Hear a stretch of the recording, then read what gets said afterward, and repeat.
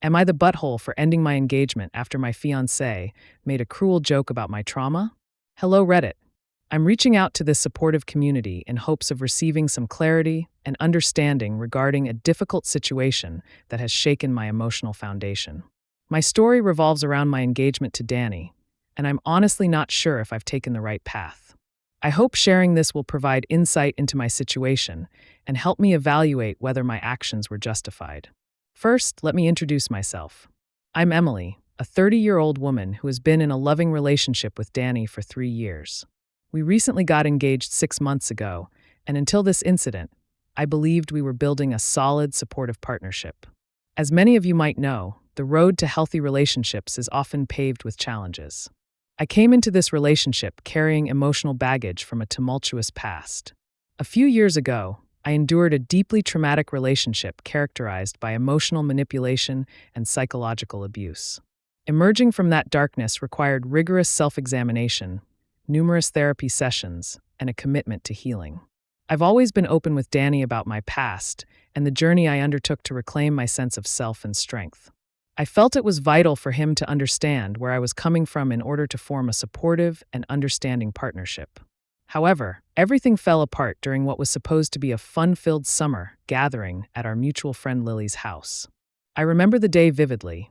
The sun was setting, and the atmosphere was vibrant, buzzing with laughter as friends gathered to enjoy grilled food, refreshing drinks, and the pleasant company of one another. It was a perfect opportunity to unwind and reconnect, or so I thought. As the evening progressed, we all started sharing stories from our past dating experiences.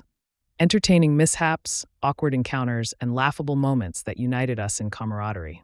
I was fully engaged, enjoying the warmth of connection and the sound of laughter around me, believing that such interactions would only strengthen our bonds. Then came the moment that shattered the whole evening. Danny took center stage in the storytelling circle, his enthusiasm palpable. He began recounting a recent dating experience in a way that I thought was harmless at first.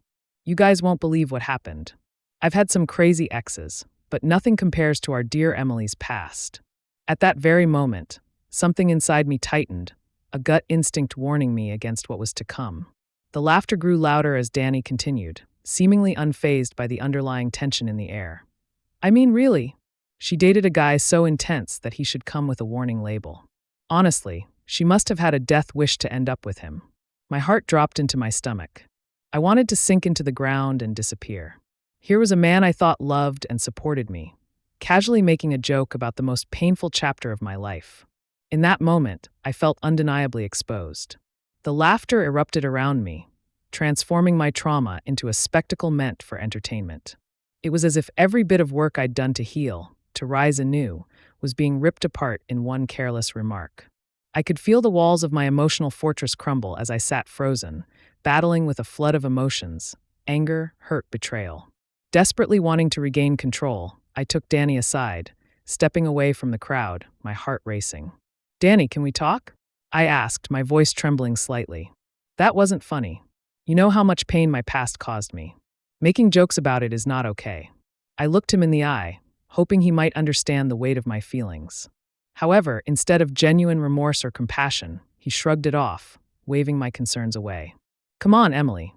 I was just joking with everyone. If you can't laugh about your own past, maybe you need to lighten up a bit." His words dug like knives.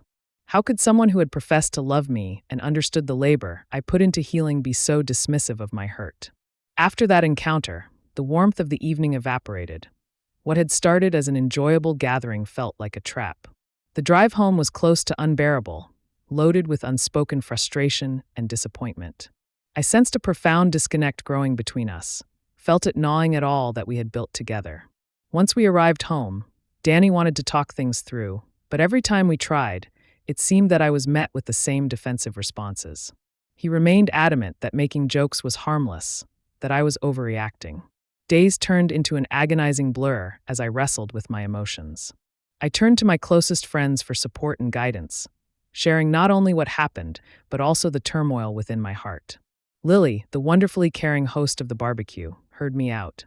She encouraged me to prioritize my mental health, reminding me how far I had come and how important boundaries are in relationships. But there were 2 other friends who felt differently. They suggested that I offer compassion, that maybe Danny needed to learn from this experience, that arguments could cloud the growth opportunity my partner might realize. Still, the knot of worry and confusion tightened within me. As I reflected on the theme of empathy and understanding, it felt impossible to balance my desire to hold space for Danny's growth with the need to protect myself from future hurt. There was a voice inside me warning that this situation could become a repeated pattern, one enforcing further emotional scars if not addressed. I didn't want to marry a man who couldn't respect my boundaries or understand the depth of my experiences. After enduring several long and sleepless nights filled with uncertainty, I finally came to a heart-wrenching decision. I chose to end the engagement. It felt like the most daunting and painful choice, yet I was also aware that it was a necessary step. I composed a letter expressing my feelings, filled with sorrow and clarity, explaining how crushing his words had been for me, and I firmly stated my choice to prioritize my mental health over a relationship that lacked empathy. When Danny responded, his message was teeming with a fusion of anger, disbelief, and sorrow. "You really let this go over a joke? You're throwing away our relationship just like that. What happened to us?" My heart ached as I read his words, understanding that he still couldn't grasp the gravity of the situation.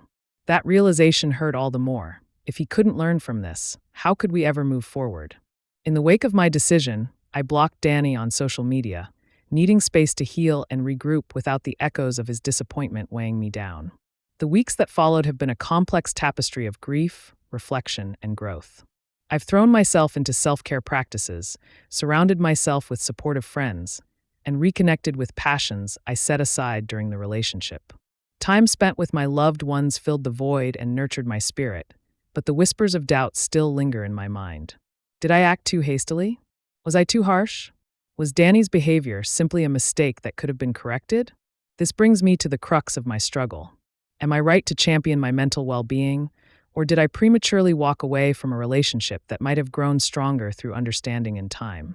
I genuinely want to hear from anyone who has faced similar crossroads in their lives, particularly when grappling with past trauma alongside the complexities of love.